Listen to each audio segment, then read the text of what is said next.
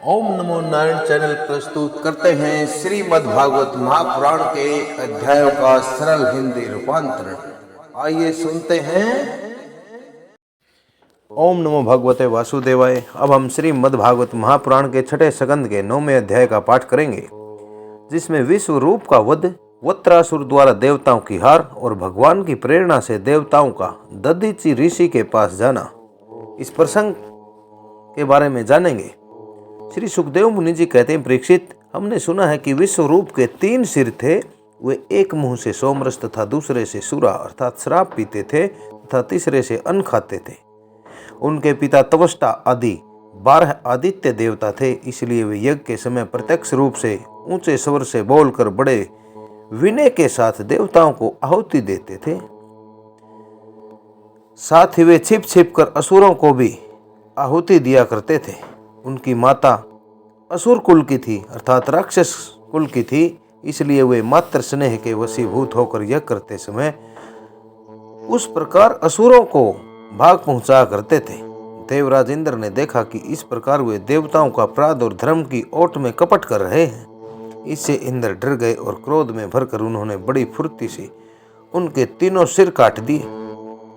विश्व रूप का सोमरस पीने वाला सिर पपीहा, सुरापान करने वाला गोरिया और अन्न खाने वाला तीतर हो गया। इंद्र चाहते तो विश्व रूप के वध से लगी हुई हत्या को दूर कर सकते थे, परंतु उन्होंने ऐसा करना उचित न समझा। वरन हाथ जोड़कर उसे स्वीकार कर लिया तथा 1 वर्ष तक उससे छूटने का कोई उपाय नहीं किया। उसके बाद सब लोगों के सामने अपनी शुद्धि प्रकट करने के लिए उन्होंने अपनी ब्रह्म हत्या को 4 हिस्सों में बांटकर पृथ्वी, जल, वृक्ष और स्त्रियों को दे दिया। परीक्षित, पृथ्वी ने बदले में यह वरदान लेकर कि जहां कहीं गड्ढा होगा वह समय पर अपने आप भर जाएगा, इंद्र की ब्रह्म हत्या का चतुर्थन स्वीकार कर लिया। वहीं ब्रह्म हत्या पृथ्वी में कहीं कहीं ऊसर के रूप में दिखाई पड़ती है।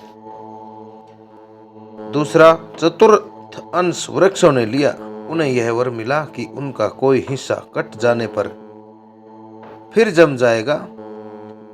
उनमें अब भी गोंद के रूप में ब्रह्म हत्या दिखाई पड़ती है। स्त्रियों ने यह वर पाकर कि वे सदा पुरुष का सहवास कर सके, ब्रह्म हत्या का तीसरा चतुर्थांश स्वीकार किया।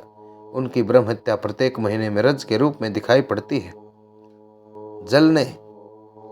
जल ने यह वर पाकर कि खर्च करते समय रहने पर भी निर्जर आदि के रूप में तुम्हारी बढ़ती ही होती रहेगी, ब्रह्म हत्या का चौथा चतुर्थन स्वीकार कर लिया। फिर बुद्ध आदि के रूप में वही ब्रह्म हत्या दिखाई पड़ती है, अतएव मनुष्य उसे हटाकर जल ग्रहण किया करते हैं। विश्व रूप की मृत्यु के बाद उनके पिता तवष्टा, हे इंद्रस्त्रो, तुम्हारी अभिवृद्धि हो और शीघ्र से शीघ्र तुम अपने शत्रु को मार डालो। इस मंत्र से इंद्र का शत्रु उत्पन्न करने के लिए हवन करने लगे। यज्ञ समाप्त होने पर अनवहार्य पचन नामक अग्नि अर्थात दक्षिण अग्नि से एक बड़ा भयावना राक्षस प्रकट हुआ। वह ऐसा जान पड़ता था मानो लोकों का नाश करने के लिए प्रलयकालीन विकराल काल ही प्रकट हुआ हो। परीक्षित, वह प्रतिदिन अपने शरीर के सब और बाण के बराबर बढ़ जाया करता था। वह जले हुए पहाड़ के समान काला और बड़े ढील ढोल का था। उसके शरीर में से संध्याकालीन बादलों के समान दीप्ति निकलती रहती थी। उसके सिर के बाल और दाढ़ी मूछ तपे हुए तांबे के समान लाल रंग के तथा नेत्र दोपहर के सूर्य के समान प्रचंड थे। चमकते हुए 3 नोकों वाले त्रिशूल को लेकर जब वह नाचने, चिल्लाने और कूदने लगता था, उस समय पृथ्वी कांप उठती थी और ऐसा जान पड़ता था कि उस त्रिशूल पर उसने अंतरिक्ष को उठा रखा है। वह बार बार जम्भाई लेता था। इससे जब उसका कंदरा के समान गंभीर मुंह खुल जाता, तब जान पड़ता कि वह सारे आकाश को भी पी जाएगा, जीभ से सारे नक्षत्रों को चाट जाएगा और अपनी विशाल एवं विकराल दाढ़ों वाले मुंह से 3 लोकों को निगल जाएगा। उसके भयावने रूप को देखकर सब लोग डर गए और इधर उधर भागने लगे। परीक्षित, तवष्टा के तमोगुणी पुत्र ने सारे लोकों को घेर लिया था। इसी से उस पापी और अत्यंत क्रूर पुरुष और अत्यंत क्रूर पुरुष का नाम वत्र असुर पड़ा। बड़े बड़े देवता अपने अपने अनुयायियों के साथ एक साथ ही उस पर टूट पड़े तथा अपने अपने दिव्य अस्त्र शस्त्रों से प्रहार करने लगे, परंतु वत्रासुर उनके सारे अस्त्र शस्त्रों को निगल गया। अब तो देवताओं के आश्चर्य की कोई सीमा न रही, उनका प्रभाव जाता रहा। वे सब के सब दीनहीन और उदास हो गए तथा एकाग्रचित्त से अपने हृदय में विराजमान आदि पुरुष श्री नारायण की शरण में गए। देवताओं ने भगवान से प्रार्थना की, वायु, आकाश, अग्नि, जल और पृथ्वी, ये पांचों भूत, इनसे बने हुए तीनों लोक, उनके अधिपति ब्रह्मा आदि तथा हम सब देवता जिस काल से डरकर उसे पूजा सामग्री की भेंट दिया करते हैं, वही काल भगवान से भयभीत रहता है। इसलिए अब भगवान ही हमारे रक्षक हैं। प्रभु, आपके लिए कोई नई बात न होने के कारण कुछ भी कहकर आप विस्मित नहीं होते। आप अपने स्वरूप के साक्षात्कार से ही सदा पूर्ण काम, सम एवं शांत है। जो आपको छोड़कर किसी दूसरे की शरण लेता है वह मूर्ख है। वह मानो कुत्ते की पूंछ पकड़कर समुद्र पार करना चाहता है। वह वशवत मनु पिछले कल्प के अर्थात पिछले एक युग के अंत में जिनके विशाल सींग में पृथ्वी रूप नौका को बांधकर अनायास ही प्रलयकालीन संकट से बच गए, वे ही मत्स्य भगवान हम शरणागतों को वत्रासुर के द्वारा उपस्थित किए हुए दुस्तर भय अर्थात भयानक डर से अवश्य बचाएंगे। प्राचीन काल में प्रचंड हवा के थपेड़ों से उठी हुई उत्ताल तरंगों की गर्जना के कारण ब्रह्मा जी भगवान के नाभि कमल से अत्यंत भयानक प्रलयकालीन जल में गिर पड़े थे। यद्यपि वे असहाय थे, तथापि जिनकी कृपा से वे उस विपत्ति से बच के वे ही भगवान हमें इस संकट से पार करें। उन्हें प्रभु ने अद्वितीय होने पर भी अपनी माया से हमारी रचना की है तथा उन्हीं की कृपा से हम लोग सृष्टि कार्य का संचालन करते हैं। यद्यपि वे हमारे सामने ही सब प्रकार की चेष्टाएं कर करा रहे हैं, फिर भी हम स्वतंत्र ईश्वर हैं। अपने इस अभिमान के कारण हम लोग उनके स्वरूप को देख नहीं पाते। वे प्रभु जब देखते हैं कि देवता अपने शत्रुओं से बहुत पीड़ित हो रहे हैं, तब वे वास्तव में निर्विकार रहने पर भी अर्थात जिसका कोई आकार नहीं है, ऐसा होने पर भी अपनी माया का आश्रय लेकर देवता, ऋषि, पशु, पक्षी और मनुष्य आदि योनियों में अवतार लेते हैं तथा युग युग में हमें अपना समझकर हमारी रक्षा करते हैं। वे ही सबके आत्मा और परम आराध्य देव हैं। वे ही प्रकृति और पुरुष रूप से विश्व के कारण हैं। वे विश्व से अलग भी हैं और विश्व रूप भी हैं। हम सब उन्हीं शरणागत वत्सल भगवान श्री हरि की शरण ग्रहण करते हैं। उदार शिरोमणि प्रभु अवश्य ही अपने निज जन हम देवताओं का कल्याण करेंगे। श्री सुखदेव महाराज जी कहते हैं, परीक्षित, जब देवताओं ने इस प्रकार भगवान की प्रार्थना की, तब स्वयं शंख चक्र गदा पद्म धारी भगवान उनके सामने पश्चिम की ओर अंतरदेश में प्रकट हुए। भगवान की आंखें शरतकालीन कमल के समान खिले हुए थे। उनके साथ 16 पार्षद उनकी सेवा में लगे हुए थे। वे देखने में सब प्रकार से भगवान के समान ही थे, केवल उनके वक्षस्थल अर्थात छाती के भाग पर श्री वत्स का चिन्ह और गले में कौस्तुभ मणि नहीं थी। परीक्षित, भगवान का दर्शन पाकर सभी देवता आनंद से विह्वल हो गए, आनंदित हो गए। उन लोगों ने धरती पर लौटकर साष्टांग दंडवत किया और फिर धीरे धीरे उठकर वे भगवान की प्रार्थना करने लगे। देवताओं ने कहा, भगवान, यज्ञ में स्वर्ग आदि देने की शक्ति तथा उनके फल की सीमा निश्चित करने वाले काल भी आप ही हैं। यज्ञ में विघ्न डालने वाले दैत्यों को आप चक्कर से छिन्न भिन्न कर डालते हैं, इसलिए आपके नामों की कोई सीमा नहीं है। हम आपको बारंबार नमस्कार करते हैं। हे विधाता, सत्व रज तम इन 3 गुणों के अनुसार जो उत्तम, मध्यम और निष्कृष्ट गतियां प्राप्त होती हैं, उनके नियामक आप ही हैं, अर्थात उनको नियमों में बांधने वाले नियामक भी आप ही हैं। आपके परम पद का वास्तविक स्वरूप इस कार्य रूप जगत का कोई आधुनिक प्राणी नहीं जान सकता है। भगवान नारायण वासुदेव, आप आदि पुरुष जगत के परम कारण और महापुरुष पुरुषोत्तम हैं। आपकी महिमा असीम है। आप परम मंगलमय, परम कल्याण स्वरूप और परम दयालु हैं। आप ही सारे जगत के आधार एवं अद्वितीय हैं। केवल आप ही सारे जगत के स्वामी हैं। आप सर्वेश्वर हैं तथा सौंदर्य और मृदुलता की अधिष्ठात्री देवी लक्ष्मी के परम पति भी हैं। हे प्रभु, परमहंस परिवारजक विरक्त महात्मा जब आत्म संयम रूप परम समाधि से भली भांति आपका चिंतन करते हैं, तब उनके शुद्ध हृदय में परमहंसों के धर्म वास्तविक भगवत भजन का उदय होता है। इससे उनके हृदय के ज्ञान रूप किवाड़ खुल जाते हैं, अर्थात ज्ञान रूपी दरवाजे खुल जाते हैं और उनके आत्मलोक में आप आत्म आनंद के रूप में बिना किसी आवरण के प्रकट हो जाते हैं और वे आपका अनुभव करके निहाल हो जाते हैं। हम आपको बारंबार नमस्कार करते हैं। भगवान, आपकी लीला का रहस्य जानना बड़ा ही कठिन है, क्योंकि आप बिना किसी आश्रय और प्राकृत शरीर के हम लोगों के सहयोग की अपेक्षा न करके निर्गुण और निर्विकार होने पर भी स्वयं ही इस सगुण संसार की सृष्टि, रक्षा और संहार करते हैं। भगवान, हम लोग यह बात भी ठीक नहीं समझ पाते कि सृष्टि क्रम में आप देवदत्त आदि किसी व्यक्ति के समान गुणों के कार्य रूपी संसार में जीव रूप से प्रकट हो जाते हैं और कर्मों के अधीन होकर अपने किए अच्छे बुरे कर्मों का फल भोगते हैं, अथवा आप आत्माराम, शांत स्वभाव एवं सबसे उदासीन साक्षी मात्र रहते हैं तथा सबको समान देखते हैं। हम तो यह समझते हैं कि यदि आप में ये दोनों बातें रहें तो भी कोई विरोध नहीं है, क्योंकि आप स्वयं भगवान हैं। आपके गुण अगणित हैं, महिमा अगाध है और आप सर्वशक्तिमान हैं। आधुनिक लोग अनेकों प्रकार के विकल्प, वितर्क, विचार, झूठे प्रमाण और कुतर्कपूर्ण शास्त्रों का अध्ययन करके अपने हृदय को दूषित कर लेते हैं और यही कारण है कि वे दुराग्रही हो जाते हैं। आप में उनके वाद विवाद के लिए अवसर ही नहीं है। प्रभु, आपका वास्तविक स्वरूप समस्त मायामय पदार्थों से परे केवल है। जब आप उसी में अपनी माया को छिपा लेते हैं तब ऐसी कौन सी बात है जो आप में नहीं हो सकती। इसलिए आप साधारण पुरुषों के समान कर्ता भोक्ता भी हो सकते हैं और महापुरुषों के समान उदासीन भी हो सकते हैं। इसका कारण यह है कि न तो आप में कर्तव्य भोक्तृत्व है और न तो उदासीनता है।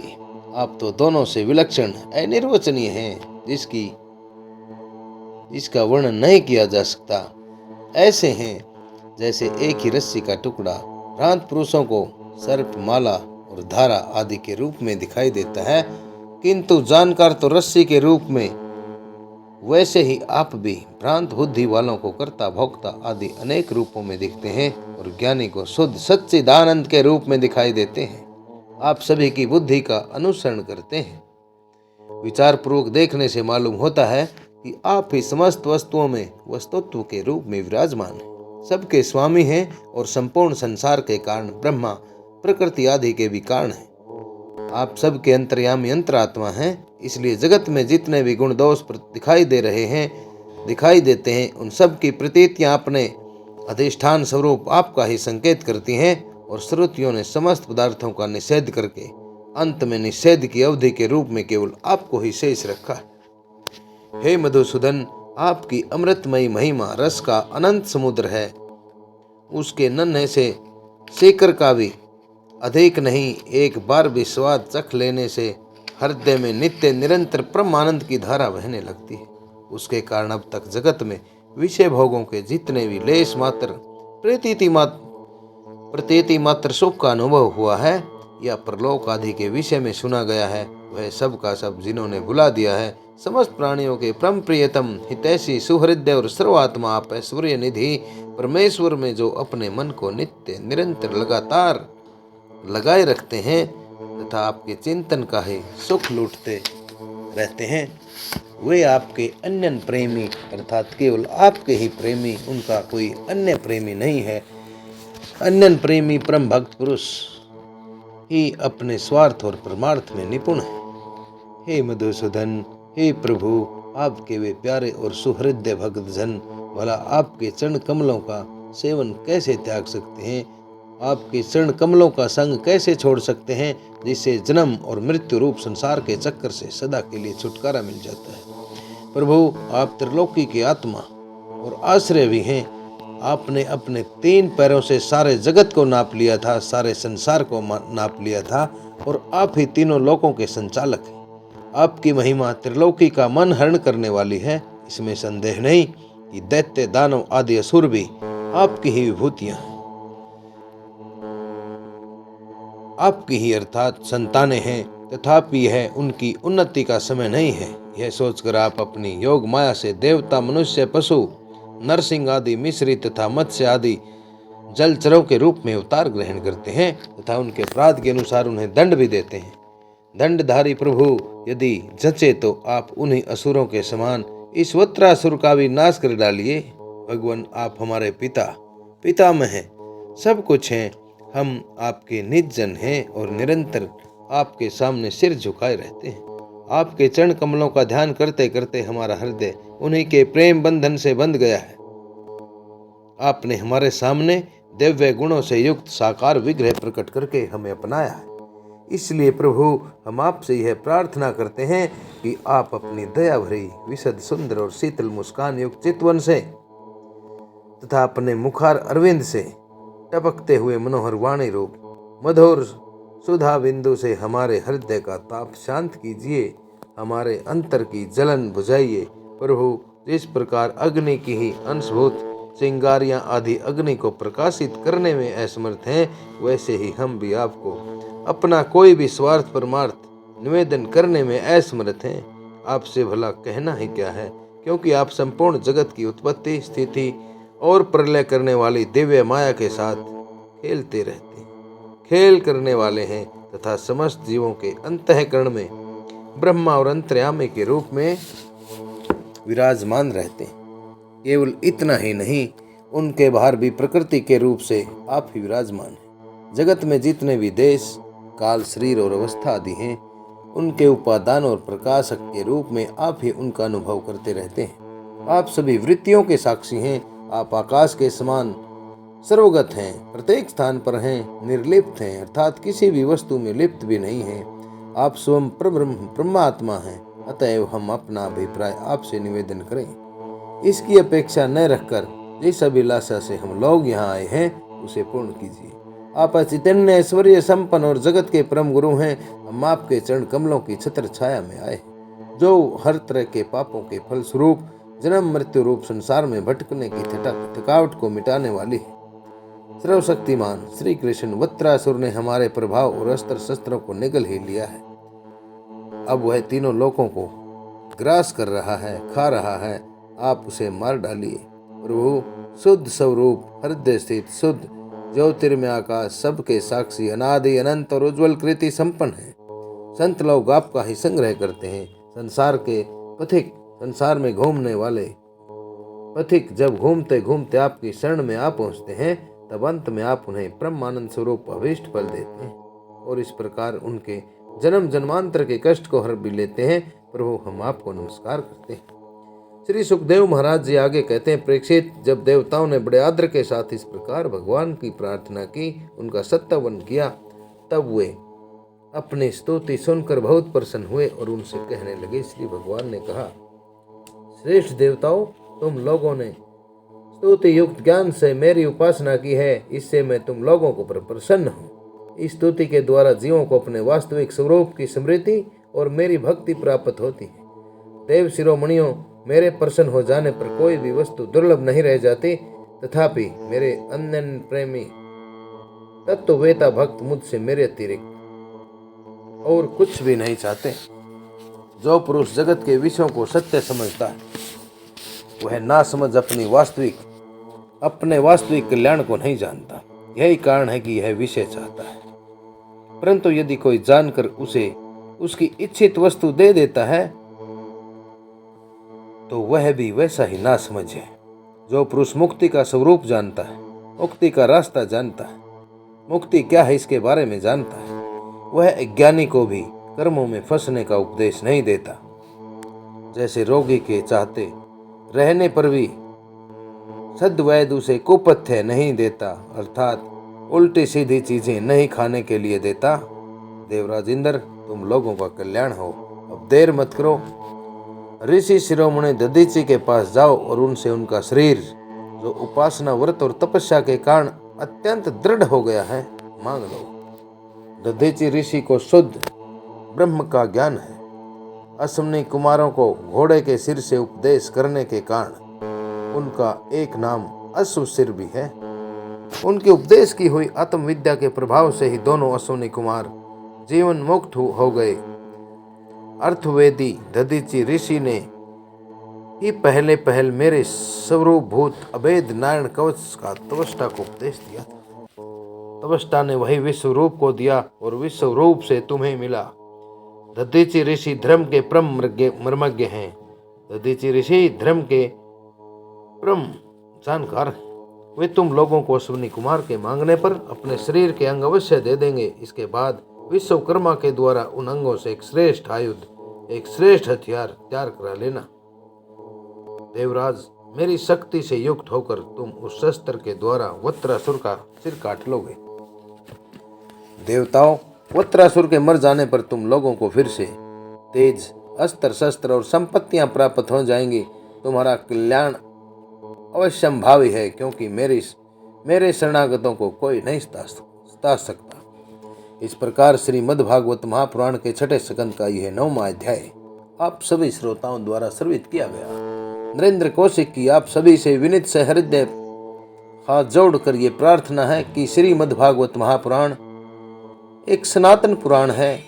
इस सनातन पुराण की पुण्यमयी कथाओं को आगे से आगे प्रसारित और प्रचारित करने के लिए कृपया ओम नमो नारायण चैनल को अवश्य सब्सक्राइब करें तथा इन पुण्यमयी कथाओं को आगे से आगे शेयर करके पुण्य के भागी बने। इन्हीं शब्दों के साथ आप सभी को पुनः नरेंद्र कौशिक का ओम नमो भगवते वासुदेवाय, ओम नमो भगवते वासुदेवाय, ओम नमो भगवते वासुदेवाय।